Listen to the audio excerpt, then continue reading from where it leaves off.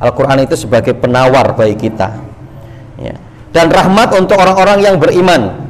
Wala yazidu dzalimina illa khosara. Dan tidaklah Al-Quran ini untuk orang-orang zalim, ya, menambahkan bagi mereka kecuali khosara, kerugian, ya. Jadi orang kafir itu, orang zalim itu, semakin mereka ngerti Al-Quran dan tidak menjalankan Al-Quran, mereka semakin rugi, ya, semakin tahu apa kerugian mereka, ya. Dan luar biasa bahwa Al-Quran ini bagi orang-orang yang zalim itu ketika dibacakan, ya, mereka akan merasakan kedahsyatan Al-Quran yang sehingga, ya, ini dapat meresahkan hati orang-orang yang zalim, sehingga orang zalim itu hatinya tidak tentram, hatinya tidak nyaman dengan bacaan Al-Quran, ya. Salawat beri salam semoga tetap tercurah atas Nabi kita Muhammad Sallallahu Alaihi Wasallam, pada keluarga beliau, para sahabatnya, tabiin, tabiut tabiin, dan orang-orang senantiasa komitmen dalam menjalankan sunnah beliau sampai datangnya hari kiamat kelak. Allahumma la sahla illa ma ja'altahu sahla wa anta taj'alul hazna idza syi'ta sahla. Ikhwanu fiddin, Bapak Ibu rahimani wa rahimakumullah. Yang mungkin akan saya awali, ya, dari definisi ruqyah, ya. Jadi apa, biar kita memahami, ya, yang karena bisa jadi bahwa hal ini seolah-olah perkara yang asing, ya, yang padahal bahwa hal ini sudah menjadi kajian para ulama terdahulu, ya, dan kita mendapati bagaimana Rasulullah pun telah menyebutkan tentang hal ini, ya. Apa yang dimaksud dengan ruqyah? Ruqyah adalah bacaan yang dibacakan. Yang dimaksud bacaan yang dibacakan di sini adalah ayat-ayat Al-Quran atau doa-doa dari Nabi, ya. Meskipun nanti secara umum kalau Dr. Shalih bin Fauzan menyebutkan adalah, ya, kalau mau kita terjemahkan yaitu jampi-jampi, ya. Maka nanti ruqyah itu ada dua, ada syar'iyah dan ada syirkiyah. Syirkiyah itulah yang pakai jampi-jampi, ya. Tapi kalau ruqyah syar'iyah itu, ya, ayat Al-Quran dan doa-doa dari Nabi, ya, dengan hadis yang sahih, ya, tentunya, ya, doa-doa yang bersumber dari Nabi, ya. Jadi karena banyak kadang kita mendapati doa-doa itu udah tahu dari mana asal doanya, gitu. Tapi kalau ruqyah ini, ya, ayat-ayat Al-Quran dan doa-doa dari Nabi yang dibacakan dengan jelas, ya. Jadi nggak ada dalam ruqyah syariah itu kok cuman diem, komat kamit, tahu-tahu sembuh, nggak ada, ya. Tahu-tahu, sudah selesai, sampean sudah sehat, sampean sudah ini. Nah, padahal nggak ada aktivitas apa-apa, ya, karena harus dibacakan dengan jelas, ya. Untuk pelindungan atau mengobati orang yang sakit disebabkan demam atau karena kesurupan dan yang lainnya, ya. Untuk perlindungan atau untuk mengobati orang yang sakit. Jadi luar biasa, Al-Quran dan doa-doa Nabi Shallallahu Alaihi Wasallam minimal di sini disebutkan fungsinya itu dua, untuk perlindungan. Dan ketika kita mengupayakan ini adalah perkara yang paling baik, ya. Jadi kalau istilah kita itu, ya, sedia payung sebelum hujan, gitu kan. Kalau dalam istilah Arabnya adalah al-wiqayatu khairun minal ilaj. Jadi penjagaan itu lebih baik daripada mengobati. Artinya kita menjaga diri kita dengan kita berlindung kepada Allah, dengan apa yang Allah ajarkan dan Rasulullah contohkan, itu yang paling baik, ya. Ya dengan apa? Ya dengan doa-doa yang ada sebetulnya, ya. Karena kalau kita akan lihat semua di aktivitas kita itu ada doanya, ya. Kadang karena dimana bahwa kita tidak mempraktekkan doa itu, sehingga setan, jin itu mudah untuk menguasai kita, ya. Makan kita sudah tahu doanya, setelah makan kita tahu doanya, mau masuk kamar mandi kita tahu doanya, keluar kita tahu doanya, dan yang seterusnya. Atau ketika kita belum tahu doanya, nah kita nggak mau belajar, ini yang repotnya. Padahal buku-buku doa kan banyak ini, ya. Di pasar-pasar pun banyak, cari buku doa. Nah, jadi apa? Ini lebih baik karena sebelum kita terjangkiti sakit. Nah, ini untuk mengadakan perlindungan. atau untuk mengobati orang yang sakit. Nah, jadi sudah memang kita sakit, ya, karena mungkin penjagaan tadi lemah dan akhirnya kemudian kita sakit, ya kita untuk ya berobat, kita untuk berobat dengan ayat-ayat Al-Quran, ya. Baik yang disebabkan karena demam, ya, demam itu berarti penyakit fisik kan, demam, panas, gigil itu penyakit fisik. Berarti apa? Al-Quran itu dapat mengobati penyakit fisik, ya. Karena ada seorang sahabat Nabi Shallallahu Alaihi Wasallam yang beliau mengadukan kepada Nabi sakit yang diderita di badannya setelah masuk Islam, ya. Ketika mengadu kepada Rasulullah, Rasulullah mengatakan, ya, cukuplah bagimu untuk menjadikan tanganmu, tempelkan di tempat yang sakit, bacakan Bismillah, Bismillah, Bismillah, a'udzu bi'izzatillahi wa qudratihi min syarri ma, ya, ajidu wa uhadir. Nah, dan beliau mengatakan setelah saya mempraktekkan itu sakitku sembuh. Yang dimana apa? Itu sakit fisik. Seperti kita mendapati kisah masyhur, ya, dalam riwayat Muslim, rombongan sahabat Nabi yang melakukan perjalanan, ya, untuk kemudian mampir di satu negeri, satu kampung, tapi tidak diberikan izin, maka para sahabat Nabi melanjutkan perjalanan. Dan ternyata kepala kampung tersebut disengat binatang berbisa. Akhirnya kemudian mereka mencari obat, tidak mendapatkan kesembuhan. Salah seorang mereka ada yang mengusulkan bisa jadi rombongan tadi itu punya obatnya. Maka dikejar kembali dan ditanyakan apakah kalian memiliki obatnya. Para sahabat Nabi mengatakan iya, kami memiliki ruqyah, ayat-ayat yang bisa kami gunakan untuk terapi, ya, sebagai satu kesembuhan, asbab kesembuhan. Maka ketika itu udah tolong obati kepala kampung kami, ya. Kemudian dia mengatakan karena tadi saya mau mampir kalian tidak mengizinkan, maka saya mengobati kalau Anda mau memberi beberapa ekor kambing, qita'am minal ghanam, ya. Jadi beberapa ekor kambing. Qita'am minal ghanam itu dari bilangan 10 sampai sekitar 9. Ini ya bisa 7, bisa 8 dan seterusnya. Ya, akhirnya mereka sepakat, oke, kalau kamu nanti mengobati kepala kampung kami, maka akan kami beri hadiah. Ya, akhirnya mereka datang dan membacakan surat Al-Fatihah. Ya, kemudian ditiupkan di tempat yang sakit tersebut, atas izin Allah sakitnya sembuh. Nah, ini kan sakit fisik nih, terkena sengatan binatang berbisa, ya, sembuh. Atau karena kesurupan. Nah, jelas mungkin Bapak Ibu pernah mendapati orang kesurupan, dibacakan surat Al-Quran, bacakan ayat kursi, kepanasan gitu, ya. Ya, kemudian dia teriak-teriak, ya. Dan kita videonya banyak gitu, ya, kaitan dengan hal itu, ya. Ya. Dan dimana bahwa hal ini pun terjadi pada masa Nabi Shallallahu Alaihi Wasallam, ya. Yaitu ketika Abdullah bin Mas'ud radhiyallahu taala anhu, beliau berkata kepada Rasulullah, ya Rasulullah, saya pernah meruqyah seseorang, ada orang kesurupan, kemudian saya bacakan ayat Al-Quran. Setelah itu jinnya merasa kepanasan dan dia kemudian minta mau keluar, dan akhirnya jin itu keluar, sembuh orang yang kesurupan tadi. Rasulullah ketika itu bertanya, kamu baca ayat apa atau surat apa? Maka dia mengatakan, aku bacakan ayat dalam surat Al-Mu'minun, afahasibtum, ya, annama khalaqnakum abatha wa annakum ilaina la turja'un.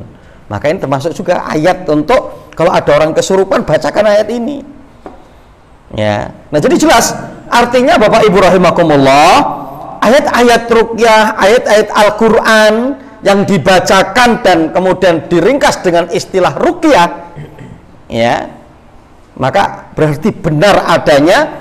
Dan ya, Rasul Shallallahu Alaihi Wasallam pun membenarkan, sebagaimana dalam mukadimah tadi kita katakan alaikum bisifa'in. Rasulullah mengatakan hendaklah kalian itu berobat dengan dua, al-asli wal Quran, madu dan Al-Quran, ya. Maka kita nanti mendapati madu dalam Al-Quran pun menggunakan kata syifa.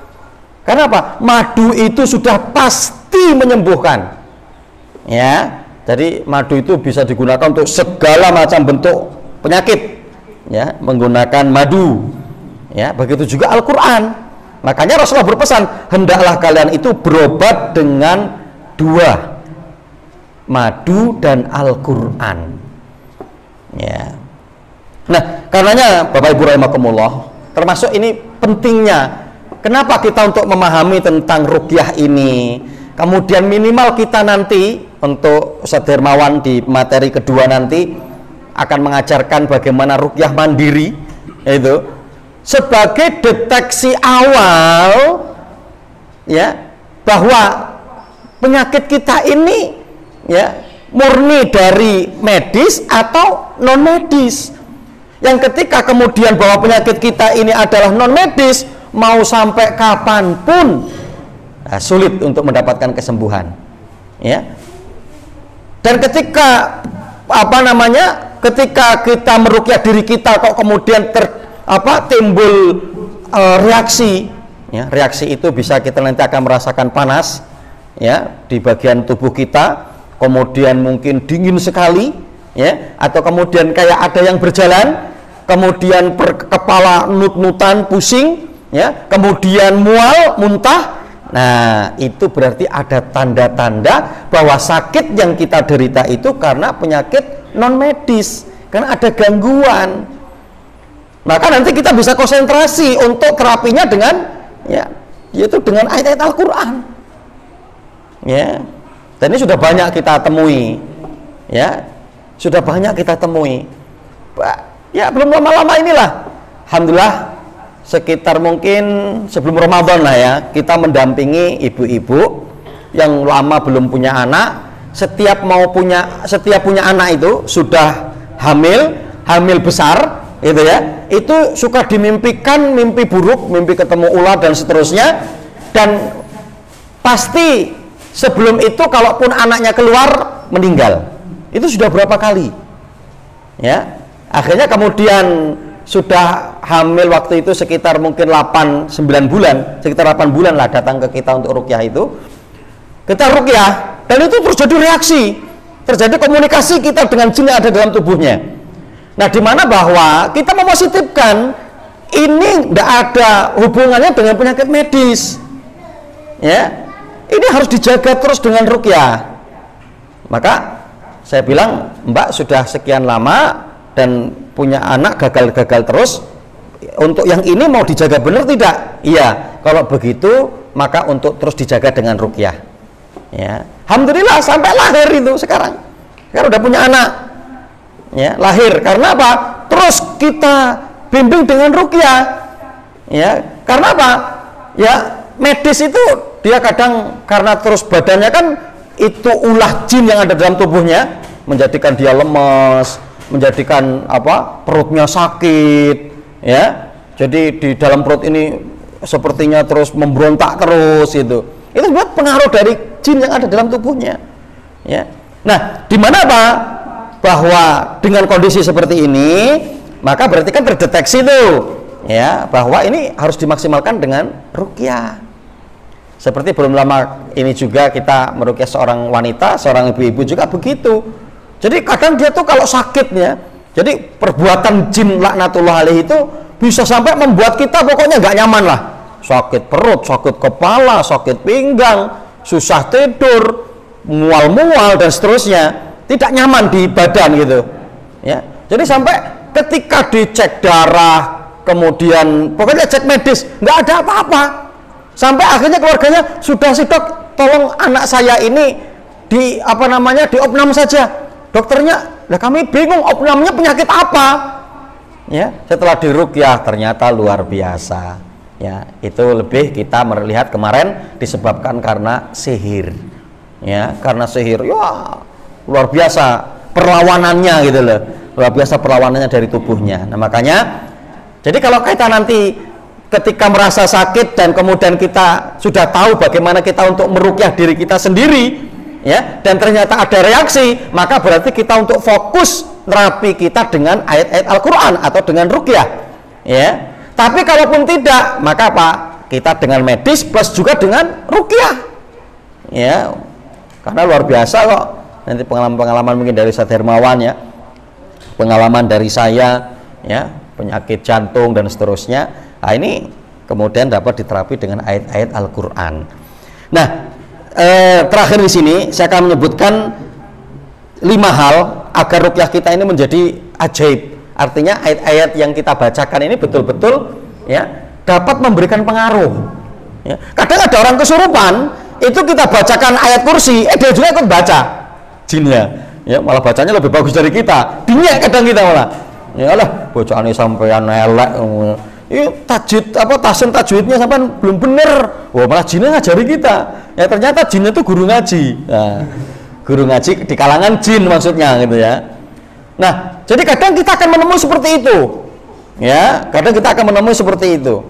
Ya, nanti akan kita sebutkan di sini ininya ya. Yang pertama ada 5 hal ya, yaitu kekuatan bacaan yang terkait dengan getaran frekuensi. Ini meliputi keikhlasan, kehusyuan, ya, meresapi dan mengimani. Nah, jadi kita harus seperti itu. Karena kadang kita baca tapi hanya di lisan, enggak di hati kita.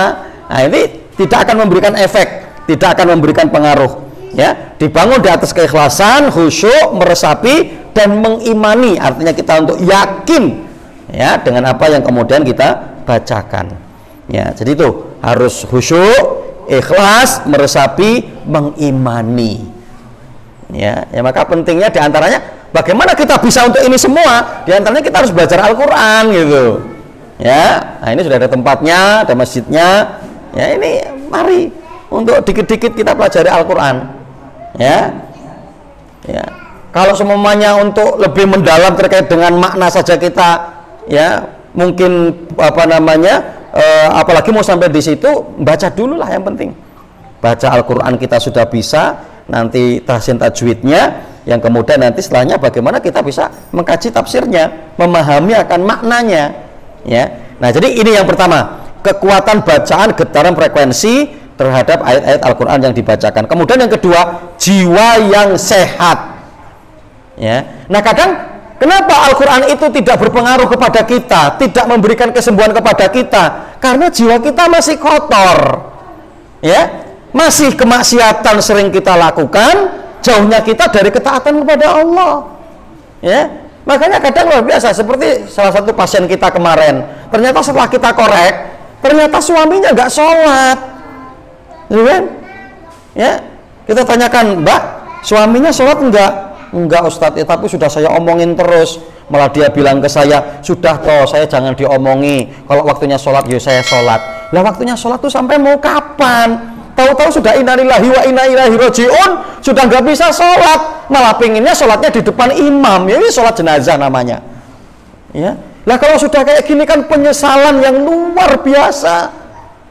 Ya, makanya ternyata Bapak Ibu rahimakumullah, ketika Rasulullah mengatakan ya bahwa sholat itu merupakan tolak ukur amal seseorang, ya, fa'in naja sa'iru amalihi wa in khoba sa'iru amalihi. Jadi kalau orang itu sholatnya sukses, sholatnya benar, sholatnya dijaga, dikerjakan 5 waktu tepat waktu, laki-laki berjamaah di masjid, maka apa? Ini akan kemudian nanti saya melihat di antara syarat penjelasan para ulama, setelah ketika nanti dihisab oleh Allah, kalau ini sukses, amal lain itu nggak akan dihisab oleh Allah, langsung kamu masuk surga karena sholat musib. Nah, tapi kalau sholatnya rusak, nah sudah, ya itu akan menjadi penghalang. Ya, jadi artinya jangan tunggu nanti. Ya, jangan tunggu nanti. Wow, saya masih muda, saya masih enom. Ya, nanti kemudian Allah sakit saya masih lama, saya meninggalnya masih nanti. Oh, kata siapa? Ya, banyak yang Allah ya, kalau sudah ajalnya itu apa aja bisa menjadi wasilah. Ya, lagi ngarit, nyunggi, kepleset, keblekan rumput mati. Ya. Ya. Ada yang kemudian suka ngembala sapi, mungkin tahu-tahu dia lagi santai main HP, di belakang sodok sapi mati. Ya, banyak aja fasilitasnya atau wasilahnya. Nah, ini jiwa yang sehat. Jadi kita kalau menginginkan Al-Quran itu, doa-doa Nabi memberikan pengaruh kepada kita, maka bersihkan jiwa kita dulu. Ya, bersihkan daripada jiwa kita dulu. Ya, itu yang kedua. Kemudian yang ketiga, teknik yang ampuh. Nah, teknik yang ampuh. Jadi artinya bahwa dalam ruqyah ini ada tekniknya, nggak kemudian sembarang. Ya, minimal ya ruqyah mandiri nanti ada teknik yang ringan. Ya, teknik yang insya Allah gampang ya.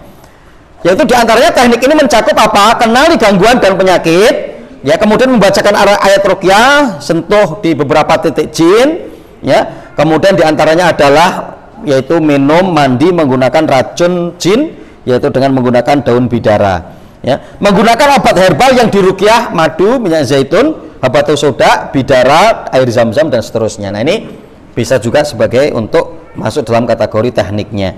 Kemudian yang keempat adalah ya mengenali musuh. Ya, jadi kita susah untuk kemudian ketika sudah jelas bahwa di mana seorang ini karena memang gangguan jin, maka kita harus kenali musuh.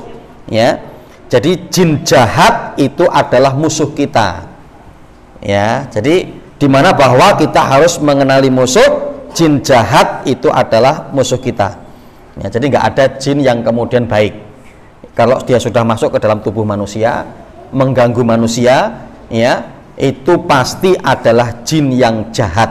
Ya, tidak ada jin yang baik. Ya. Kemudian yang kelima, yang terakhir, menghancurkan perisai musuh. Ya, apa yang dimaksud perisai musuh di sini? Jimat, rajah, isim dan yang semisal. Ya.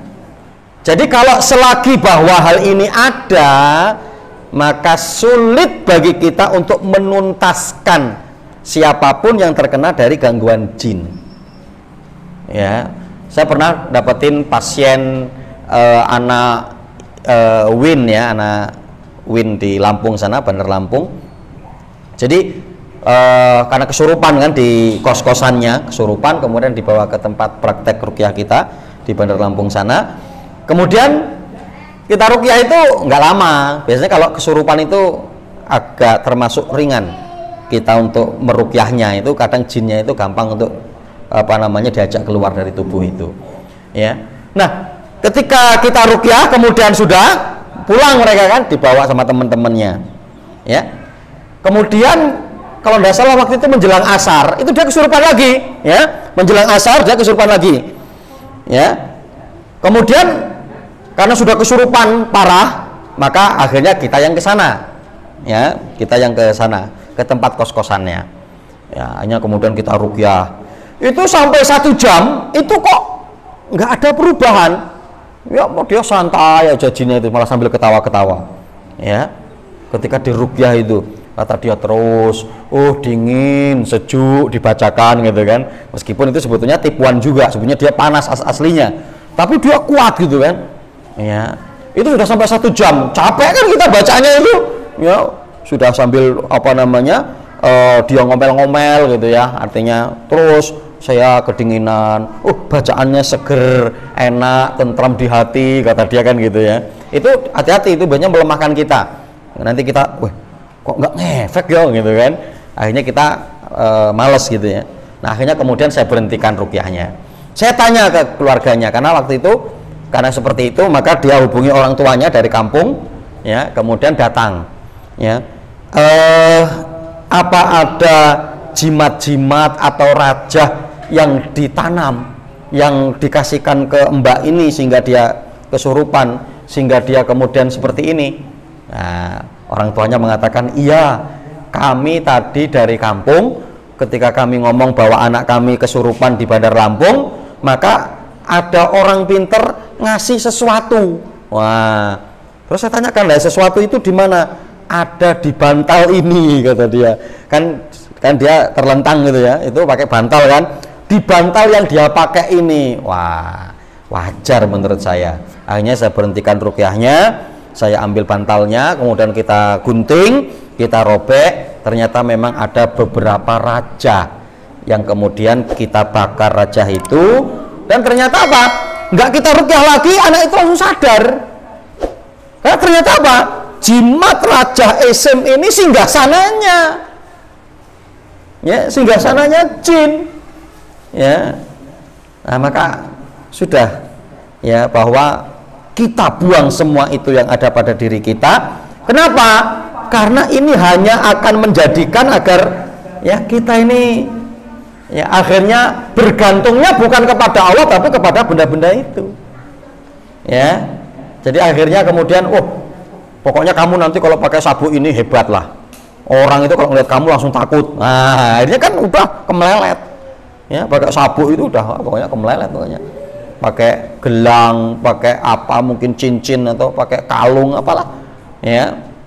Nah, maka inilah yang tidak dibolehkan dalam Islam. Karena apa? Akan menjadikan ketergantungan kita, merasa nyamannya kita, merasa terlindunginya kita bukan kepada Allah tapi kepada benda-benda tadi, ya. Sehingga apa? Itu akan menjauhkan kita dari Allah, itu sehingga membawa kita untuk lupa dari zat yang senantiasa memberikan perlindungan kepada kita, penjagaan kepada kita. Nah, ini Bapak Ibu rahimakumullah, yang mudah-mudahan dapat dipahami kaitan dengan 5 hal, ya, agar dimana bahwa ayat-ayat Al-Quran yang kita bacakan betul-betul dapat memberikan pengaruh kepada kita. Dan yang terakhir tadi, untuk menghancurkan perisai-perisai musuh, ya. Dah.